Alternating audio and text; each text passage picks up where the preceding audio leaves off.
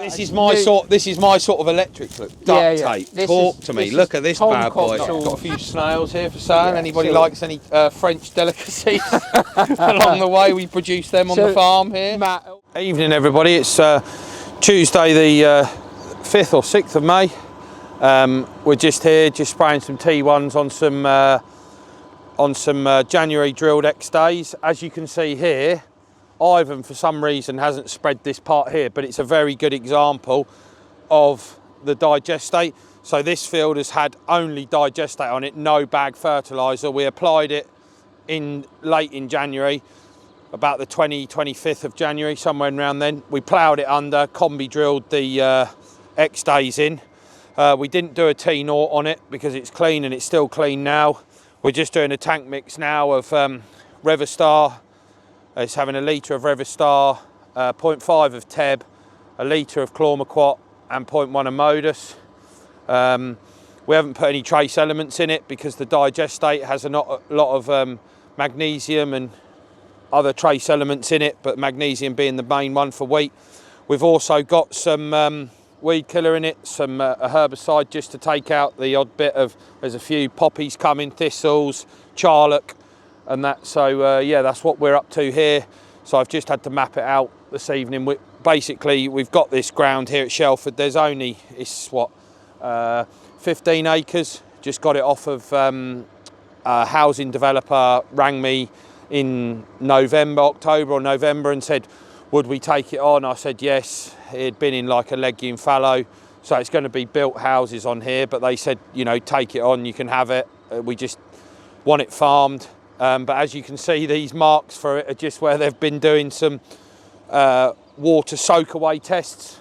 So unfortunately they came and turned up in February when it started peeing down with rain, and they just drove through it with a digger, saying places we got a few digger marks and that, but we're not too stressed about it because we've only got it for a couple of years, and we knew that this was going to happen and they'd compensate us for any damage they caused.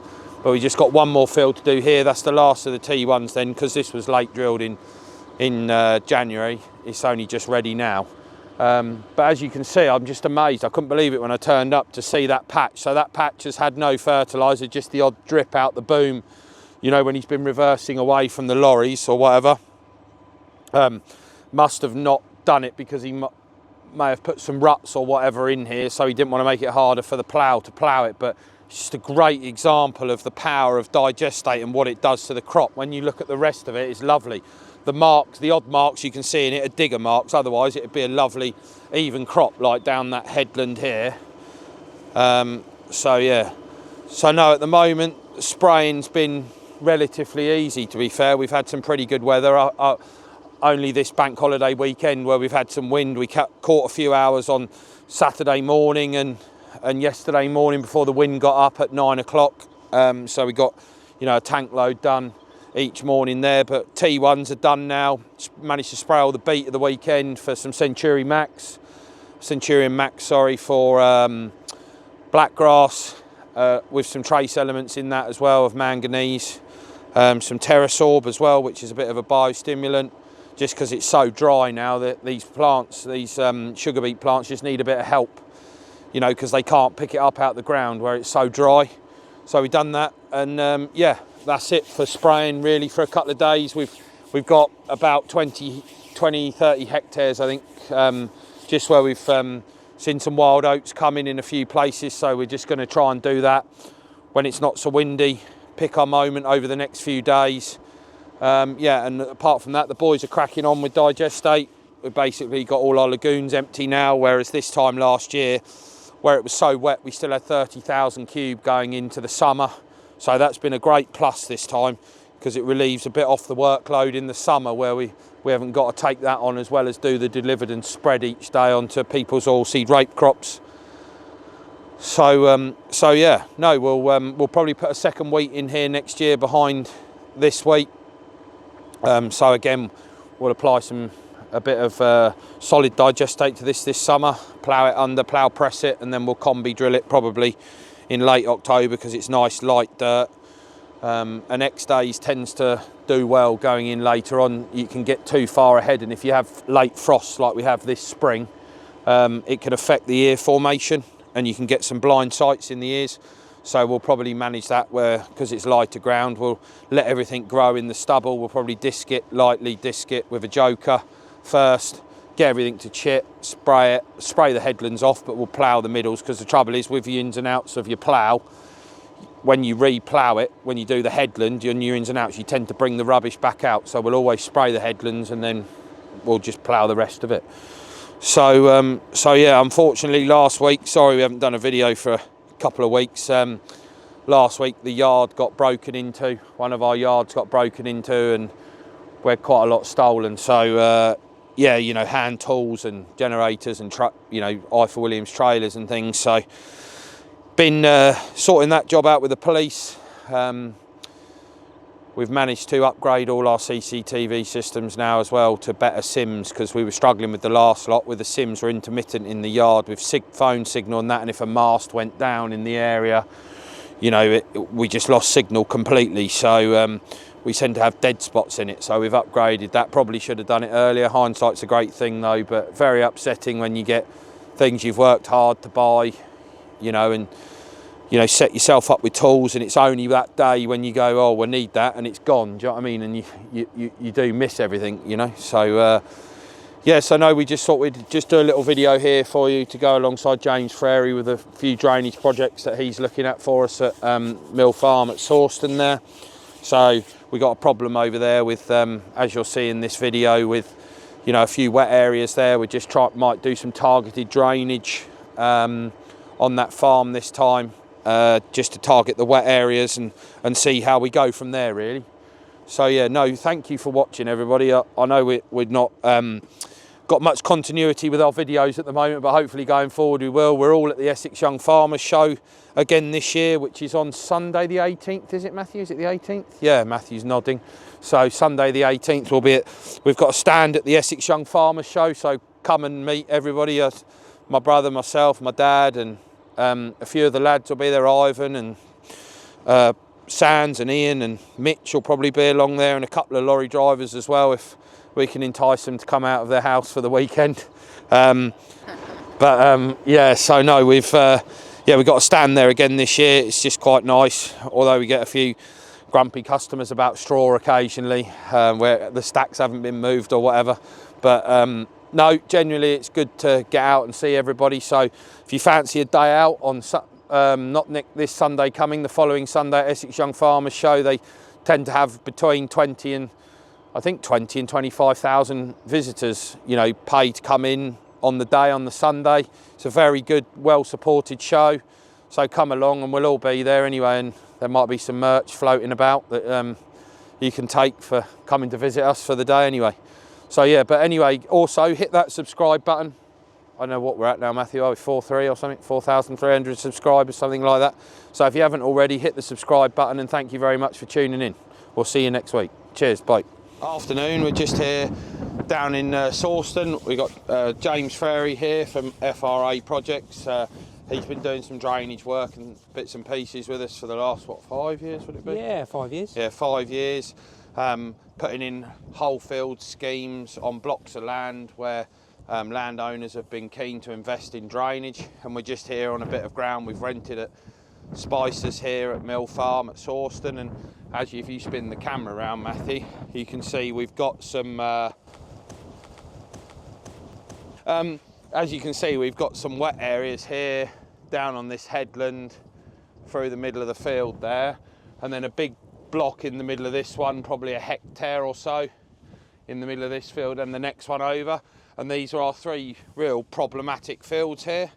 And while we've been hedge cleaning and everything, we've come across this pumping station, and we've got James here today just coming to give some advice really on what we can do to try and lower the water table, and basically the first starting points to try and get this pumping station going, isn't it? Yeah, Tom, so we this is pretty much the standard sort of procedure. You've got the high level system running around the outside of this block, which is the river, and then we've got a low level man-made sort of reclaimed section in the middle, which is basically all the levels are monitored by and regulated by this pumping station.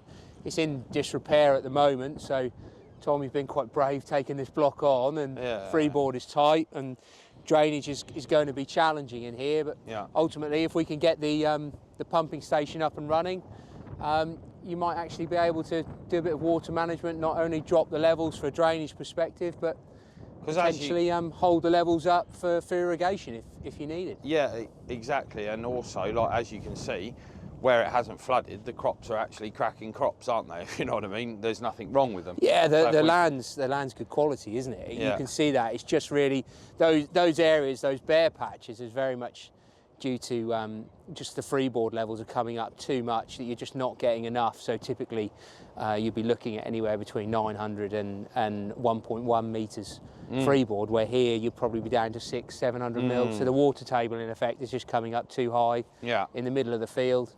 Then what happens, you run on it, you compact it, you make it tight, and it's just getting worse and worse. So it almost compounds the issue. So first things first, as we always do, as we've done in the past, let's sort the ditches out, let's sort the infrastructure out, and then we'll see how the field reacts, and then apply a scheme as you need to do, really. Because it's like always, isn't it, when you're paying a rent, like, you know, you're not really going to be able to stop applying your fungicides and fertiliser to these areas, because you know, they're not exactly, some of them are bigger, and yes, you will be able to, but where, you know, like out here you can do that, but in this one where you're talking, what are you talking out here, James, an acre? Yeah, and it's difficult, acre isn't and it? a half across the whole lot, and it's just in random bits, it's these lows, and what you see particularly on this soil type is quite common for once you get a low depression, it starts to sit of water, it'll only start shrinking even more, and the levels will drop further and further. So it's quite important to get these issues resolved quite early on, and then once you've got it under control, particularly with this pumping station, you'll be able to. But us as a company, we have full confidence in your ability and your knowledge of what to do. I've grown up with the knowledge of drainage because I've grown up on a heavy land farm. Dad's drummed into me from a young age, looking at maps, the way fields are mould, making sure your outlets are clear, you know, and drainage is key in farming, and you can't have these sorts of areas unless you get the land for free and nobody wants you, you know, do you know what I mean? And it's 6 of one and half a dozen of the other. But, you know, going back to when we first started working with you, you drained that 180 acres or whatever, 180 acres, wasn't it, at Thaxted, and the year before you drained it, it'd done, I think, 6.2 tonne a hectare of barley, and then the year after we'd done the drainage, we literally mould drained and also subsoil as well late in the season, didn't we? We had the right amount of rain at the right time, and because the ground had opened up and cracked, it had gone down to moulding depth, luckily enough. And the following year we put winter barley in again, and it did 9.4, I think. And what was quite impressive with that block was just the uniform coverage, wasn't it? Where we got, you know, areas which were okay, and holes that you see today. It was just a uniform crop all the way through, which is, it's impressive, isn't it? It's quite rewarding when you see that sort of that investment sort of spun round. You take that as an example, I think you pretty much got a 3-year sort of scale all in 1 year, pretty much, because you managed to get it mould and subsoiled all in that first year. No, I don't know. It's fluky, but it's fluky, isn't it? The weather just came right for what we were trying to achieve, wasn't it? If you know what I mean. Luck once in a while. So, you are, So it was good. But no.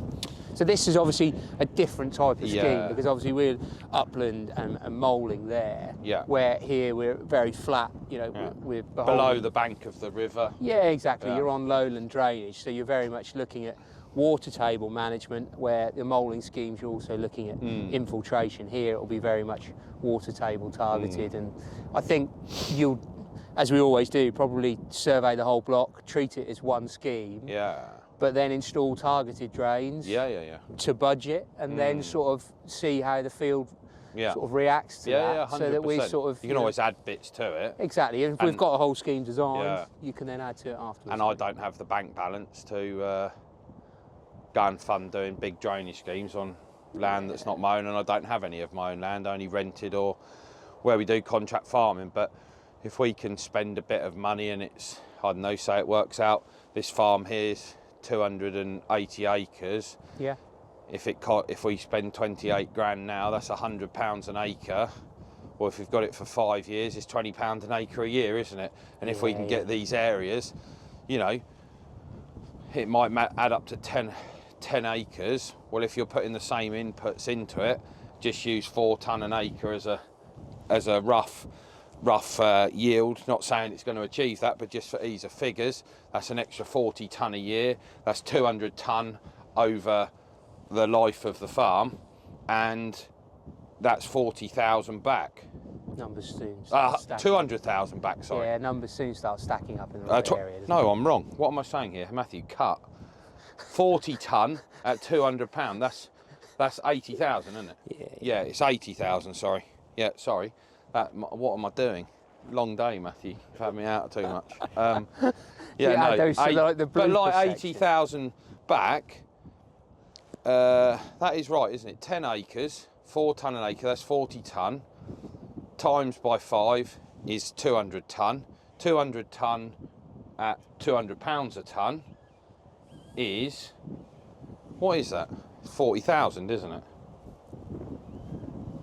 40,000 times 200. 40,000. Yeah, 40,000 quid. 40, that's what we worked at. You were about 15k the right side, weren't you? Yeah. 12, but at the moment, we're not the right side at all, because you're still putting all the inputs into it. So. And also, I think the problem you've got here is that you're so beholden to the weather because you haven't got the main water control in place. No, yeah, 100%. You know, we've seen it so many different areas, and in the amenity sector, where if you haven't got your pumping stations and your low levels addressed, things can soon go backwards, and then all of a sudden farmers are always exposed to the weather. But let's face it, if you've got a pumping station that's not even operational, that's going to be the Sarah's calling. Here comes the handbrake. We'll have to silence that. Oh, it's Winnie. Hang on. So this is the old pump. Yeah, control panel for the. Control panel for the pump. We're just looking at the supply, which might be better days. Interesting.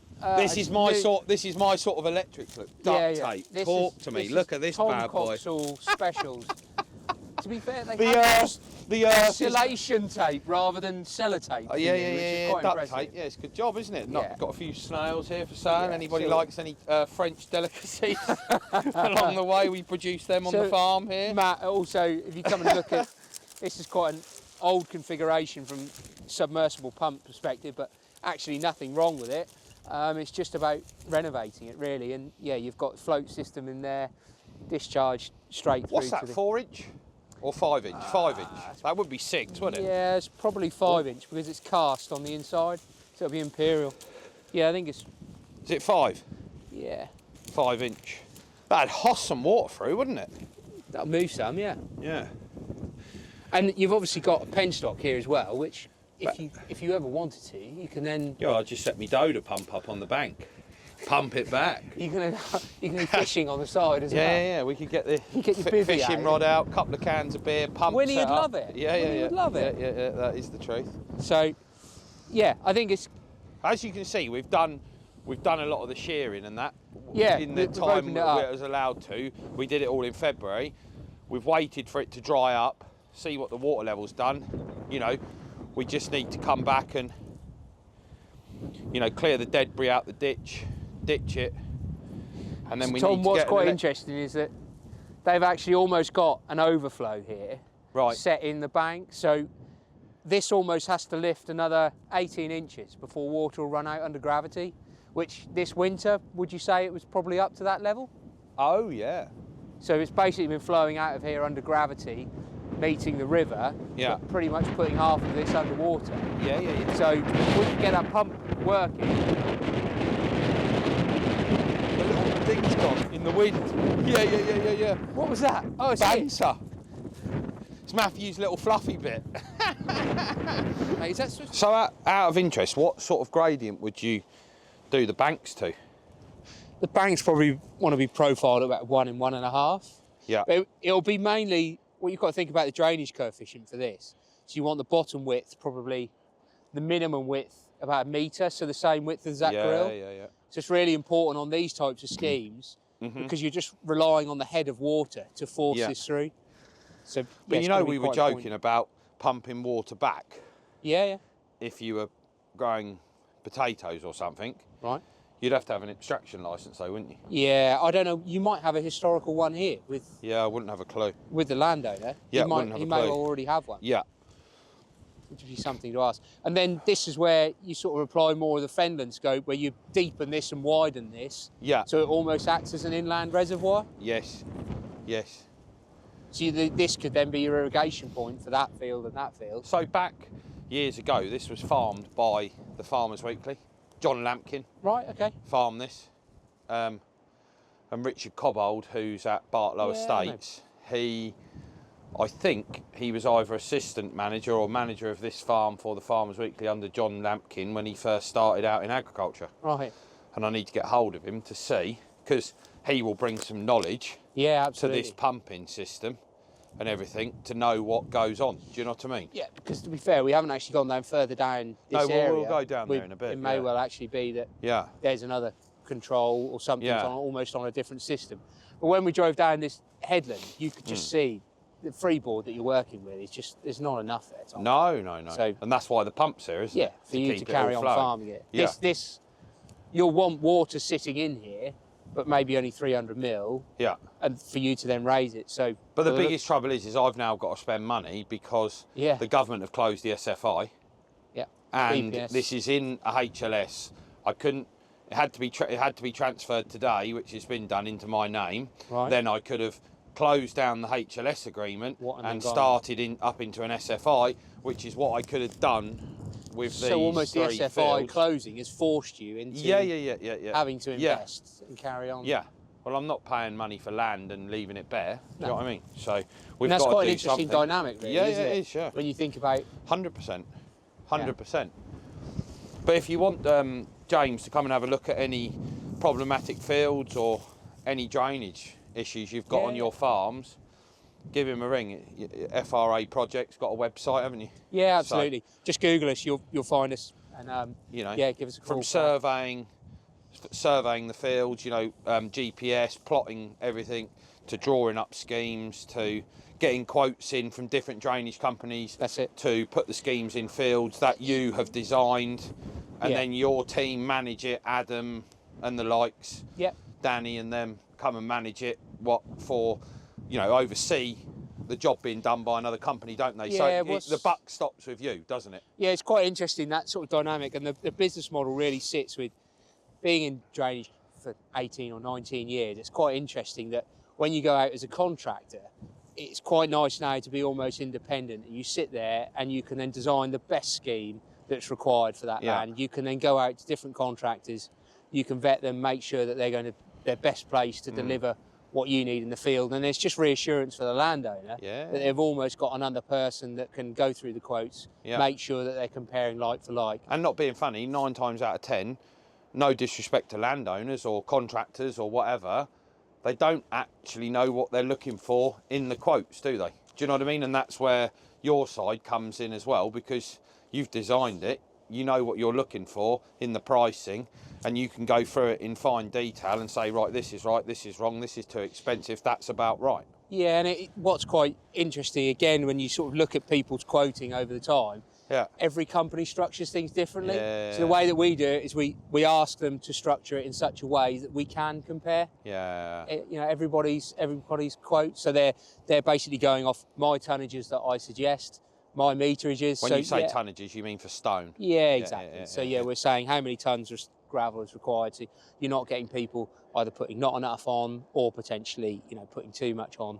We're holding them to the specifications, which is ultimately what needs to be done. And the main thing is like I've learned off of you over the last few years, is when you're backfilling with stone, is making sure that the consistency's there, that when you mould it, if you're on a moulding scheme, for instance, whereas on the fen you wouldn't be, but if you're on heavy clay soils on upland, that stone, if it's not at the correct depth, you've wasted all your money draining, because if the mould misses the stone because it's too low, and again, you're not achieving what you need to do, are you? No, so you've got your moulding schemes where typically you might be within 350 mil of the surface, and that's mainly so you can then subsoil and scratch the top of the stone. But you're also then deep enough that the mole ideally wants to go below the sort of stone horizon by 100 to 150 mil.